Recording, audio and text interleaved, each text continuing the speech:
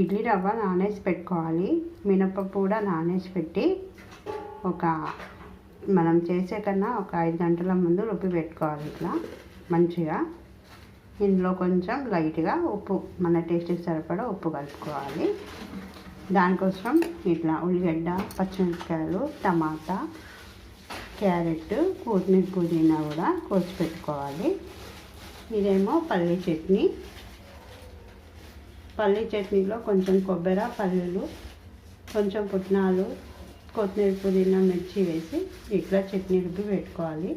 మన టేస్ట్కి సరిపడా ఉప్పు వేసి దీంట్లో కొంచెం ఇప్పుడు పోపు వేసుకుందాము. పోపు వేసుకున్న తర్వాత ఊతప్పం చేద్దాం.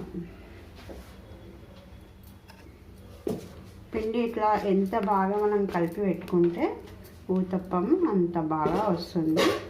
కాబట్టి మనము చేసే కన్నా 1 అవర్ ముందే పిండిని ఇట్లా మంచిగా కలిపి పెట్టేసుకున్నాము. చేసే ముందు కూడా మంచిగా ఇలా కలుపుతున్నాము.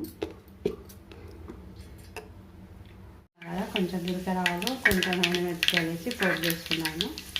కలమాకు ఉంటే కలమాకు కూడా వేసుకోవచ్చు, అది మన ఇష్టము. పోపు రెడీ అయిపోయింది. ఇప్పుడు పచ్చడిలో వేసుకున్నాము.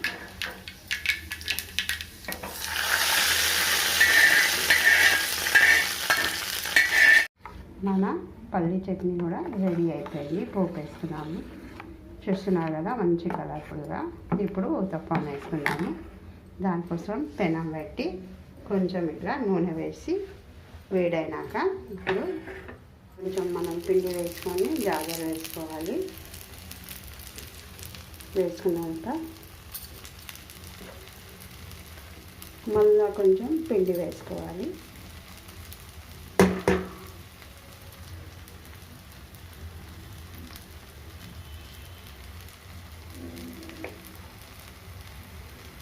కొంచెం ఉల్లిపాయ వేసుకోవాలి.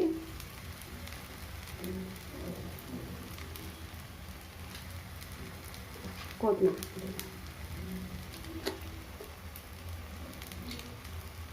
టమాటా వేసుకోవాలి.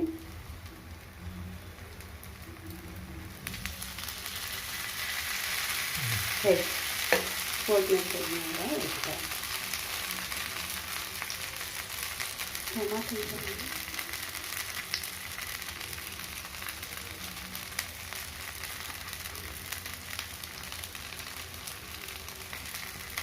ఇలా వేసి రెడీ చేసుకోవాలి. ఊతప్పము చాలా టేస్టీగా మంచిగా సూపర్గా ఉంటుంది.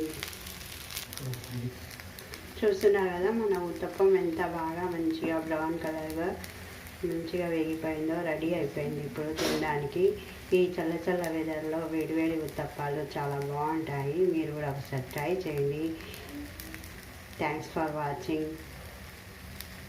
మా ఛానల్ని సబ్స్క్రైబ్ చేయండి, షేర్ చేయండి, లైక్ చేయండి.